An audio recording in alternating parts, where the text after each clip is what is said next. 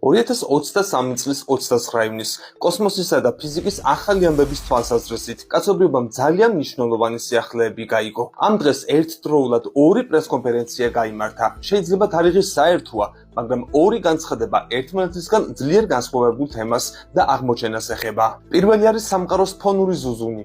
უკვე ოფიციალურად დადასტურდა, რომ სამყაროში არის რაღაც, რაც ვარსკვლავებს იზიარხებს, რომ შეუძლებელია ეს შემთხვევითობას მიეწეროს. უშუალოდ ეს გრავიტაციული ტალღები ჯერ არ დაფიქსირებულა, მაგრამ 99%-ზე მეტია შანსი იმისა, რომ ჩვენ წინაშე რაღაც ძალიან მნიშვნელოვანია. გრავიტაციულ ტალღებს სამყაროს მასიური მოვლენები წარმოქმნის. შამხვრელთა შეჯახება შეგიძლიათ წარმოიდგინოთ გუბეში ჩაგდებული ქვის სახით. გრავიტაციული ტალღები კი ამ დროს ქვის ჩავარდნის ადგილიდან წამოსული წყლის ჭავლების სახით.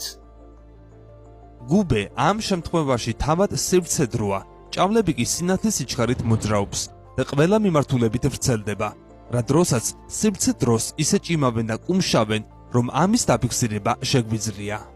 ახლა კი წარმოიდგინეთ, რამდენი შამიხრელი უნდა ეჯახებოდეს ერთმანეთს სამყაროს მასშტაბით. კიდევ რამდენი სხვა მასიური მოვლენა უნდა წარმოქმნიდეს ასეთ ჭავლებს.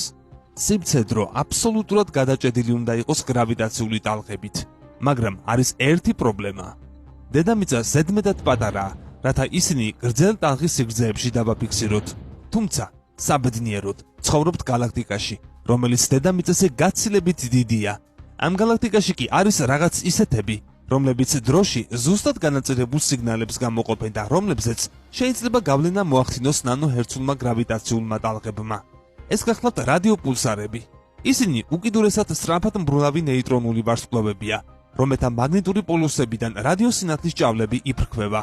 ბრუნვისას ეს ჭავლები ჩვენკენ ექცევა და დედამიწისკენ მოემართება, კოსმოსური შუქურის მსგავსად.